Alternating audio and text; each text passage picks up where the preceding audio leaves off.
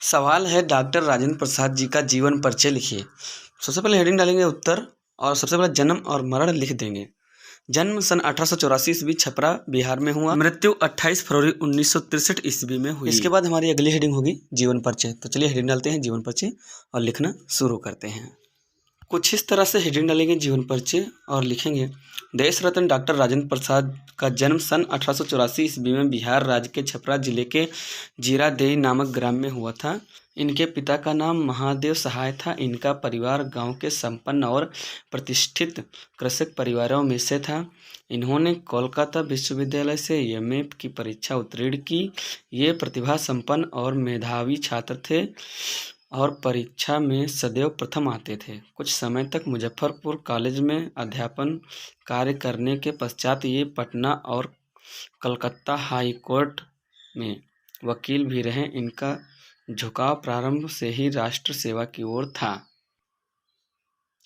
सन 1917 ईस्वी में गांधी जी के आदर्शों एवं सिद्धांतों से प्रभावित होकर इन्होंने चंपारण के आंदोलन में सक्रिय भाग लिया। वकालत छोड़कर पूर्ण रूप से राष्ट्रीय स्वतंत्रता संग्राम में कूद पड़े।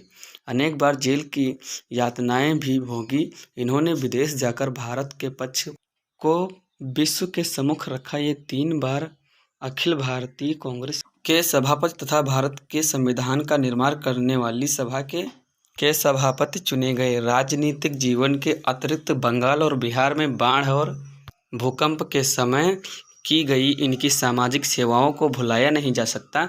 सदा जीवन उच्च विचार इनके जीवन को पूर्ण आदर्श था।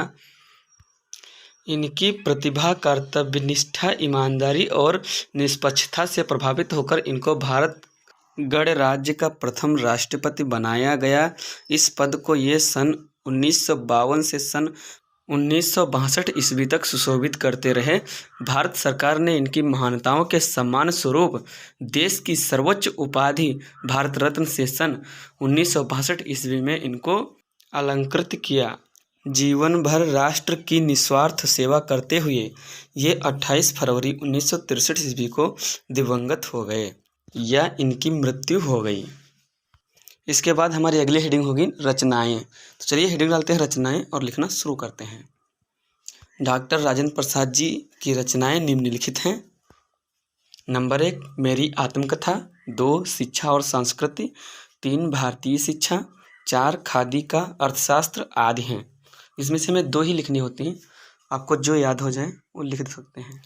इसके बाद हमारी अगली हेडिंग होगी साहित्य में स्थान। तो चलिए हेडिंग डालते हैं साहित्य में स्थान और लिखना शुरू करते हैं।